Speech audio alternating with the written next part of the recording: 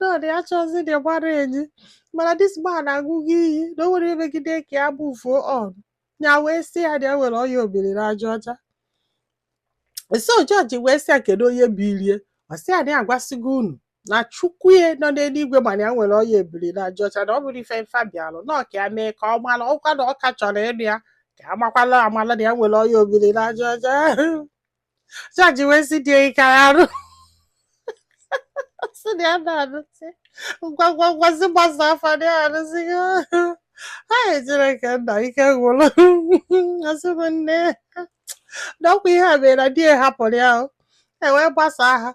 So, on one day, enyi nwoke afọ chọrọ ịrịa wee dịrị wee gakwa na data public joint ebe afọ a na-ata isi ewu. A wee lụọ ebe afọ. Ịgbagodu na-etegesigo gosirie so many things. Ịgbagodu na ya dozi not happy chọkwuo ka ọ fụ ya. Fụ na ya etegogo na ya enwetego di ọzọ na ya melụ nna na ya medibie. That's why ya ji wee si die kafa jebe ebe afọ. Ịgwa anyị eziokwu. Na ebe afọ kafa nọzi na-enwere onwe fa aṅụrị na di ebukwele nwaanyị abatawo. Fịa ọ na-anọ kwụ ọtọ ọ na-anọ kwụ ọtọ ọ na-anọ kwụ ọtọ neketa ihe a bịaba ha nso ebe fa nọ lutesi enyi nwoke ma ọ maala onye bụ ife a. Enyi nwoke sị a yes nọ nwaanyị ya na-akwaka ịnọ ọsị ise na ị na-akwaka ịnọ ọsị a ọsị a ọ gwara gị na ọnụbugo di ọsị a yes I am aware na ọnụbugo di so na the man hapụrụ ya bife lose unu na ọ bụrụ nyanwa. Ọsị a ọ gwakwara gị na o nwere ọya obili na aja ọcha. Ọnwa dị na ya na dị nwaanyị ayịbagori bifo ọ na-efere bụ onye ka gbasaa. Na dị nwaanyị nwara everything. Ọsị ọ gwakwara gị na o nwere ọya obili na aja ọcha. Ọsị a yes I know na o nwere ọya obili na aja ọcha. Ndị nwere ọya obili na aja ọcha they still live a normal life as long as they can ṅụọ ọgwụ obili na aja ọcha they are safe. Ọsị dị eti ewo bịa kedu onye nwe shop a kedu onye nwe shop a so na anyị na ndị nwere ọya obili na aja ọcha na-erikozi ndị ebe a anyị na ndị nwere ọya obili na onye ọbụla ịgbago na ekwuru ọya obili onye ọbụla akwụla ọtọ si onye ọbụla chaka anya si na o nwere ọya obili na aja ọcha isi na onye nwere ọya obili na aja ọcha. So di ya wee si ya nya nke chọrọ ịnụ ya na ọ bụrụ na ị point kwu ya aka again si na ya nwere ọya obili na aja ọcha ife a ga-eme ga-ama ndọsị mma don't try it. Na ife anụnwa bụ defamation of character. Ọ bụgodolu that na nwunye gị whoever she is towards to you nwere ọya obili na aja ọcha you don't tag me na nwere ọya obili na aja ọcha because you don't know. Ọsị m na di ya chọọ dị mma na-eti na elekwa ebe na ha nwere ọya obili na aja ọcha na nwunye bụ na onye nke ebugwu si onye na-ele anụ n'ọya ka ị na-ekezi ebe a n'ọya ịmago ndị mmadụ kwụsịzala ọtọ ndị mmadụ ekwezi eri nri ịmago disorganize everything ndị mmadụ na-enezi ha anya ụfọdụ kpọọ fonu ha sebe ha ịghọtago. Ọsị m this guy wee wuo iwo wee chọọ ka aka metụ ya ka o tikwa enye ọkpọ ịmara ife a na-agwa gị. Why is it that ị chọrọ nwaanyị a you let go ị chọkwu ka onye ọzọ chia kedu na ụdị mmadụ ụfọdụ ụmụ nwoke bụ. Ọsị m dị guy wee kpọọ eke wee bịa wee kpụrụ die nya former husband ya wee kpọchie die nke chọrọ ịnụ ya wee sị na ya ga-press charges for defamation of ihe anụnwa. Ọsị bụ ndị n'ọkwa na ya ka nọ na ya kịta wee butela anyị ikpe nụnwa na die nke chọrọ ịnụ ya kịta sị na a ga-ewepụ okwu kọtụ tụọ ya nga. Yes na ya ga-ata ya afụfụ ma ife o melie ma defamation nke nwa na-agwago die na ọ ga-eje HIV test na ha na-abọchọrọ ije HIV test though na nke abụrụ much of a case because na ya kwuru na kọtụ na ya bụ yọtago nọ nke enyi nwoke wee na-achọ ịtị afọ. Sị m na ndị be die wee bịa na-arị anya biko ya gbaghalụ ka fa ghalụ press charges ka a ghara ịtụ ya nga nke nwa osikwa nke ọ pụọ nke ịmago n'ọbụgodu 6 months ka enye ka ọ taa anya afụfụ.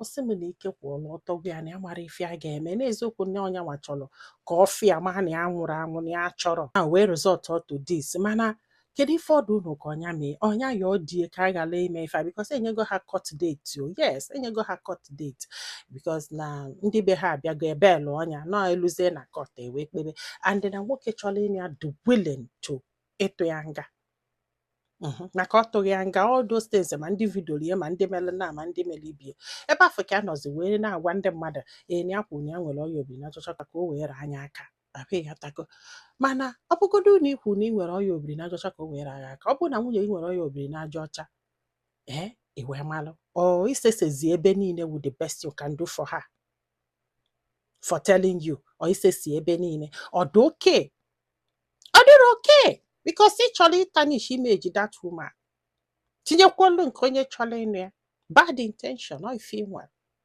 abịghị atago so this lady wee na-ajụ ọ bụrụ gị ga-agbaghara ya ị ga-agbaghara ya hapụ ya ka ọ ghara ịga nga because na ndị befe na-ayụ ya because na enyi ya nwoke kwe dị ka falute nsom ya fọzara na fa na-ayụ ya because na ya ga-etichi ya lesson egwu adatụ ya ọ na-ayị ala afọ na ụmụ nwaanyị ka ọ ga-eji na-ayị na ọ bụrụ nwoke zuru ezu ka ọ ga-afụ tibe mkputo kpalịa ọnya tinye okwu ọnụ because na ya mana ya yọ dịga anyị na ọ ga-ekwe ike gwụrụ ịchụpụgo dis woman narị ụmụaka a na-ayọ gị bịa were ego imelu n'isi ịjụ si na ọ ga-anọbe nna ya tana o wee sị alụ ga-asị ka i wee hapịa ịhapịa still you don't want to move on. Amụrụ m etu ụfọdụ ụmụ nwoke si eche mgbe ụfọdụ I don't understand you guys.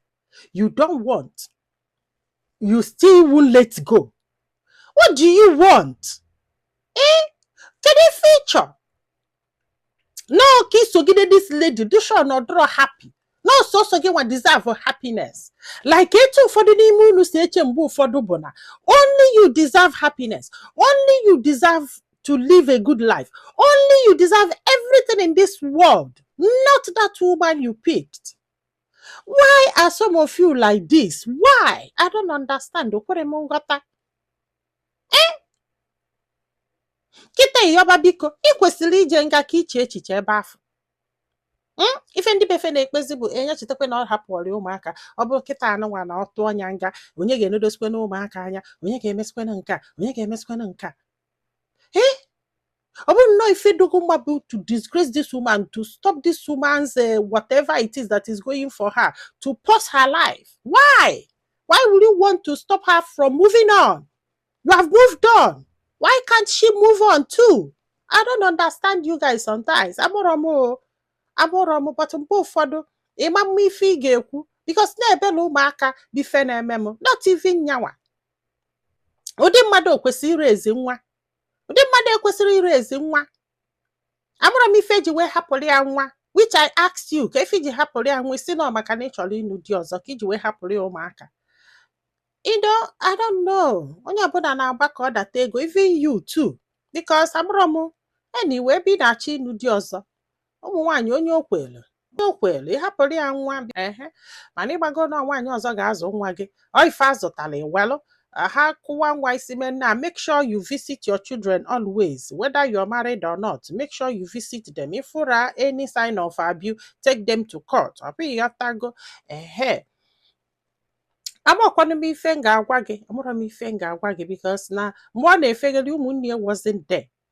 Mgbe ọ na-echogharị ụmụnne ya nọrọ ebe afọ fejere ya ọbịa biko ka ọ kwụsị ife ọ na-eme no because na nwoke ka ọ bụ enyere ya license na ọrụre na nwaanyị yọba biko kpebe ekpere me nna m ibie a na-akọ yile nna ịmara ife doghị mma ime I have no right to tell you what to do but put your children into consideration ma mgbe ọbụla ị na-decide whatever you're deciding. Ike gwụrụ ndị be anyị daalụ ka ọ dị n'ụbọchị ọzọ.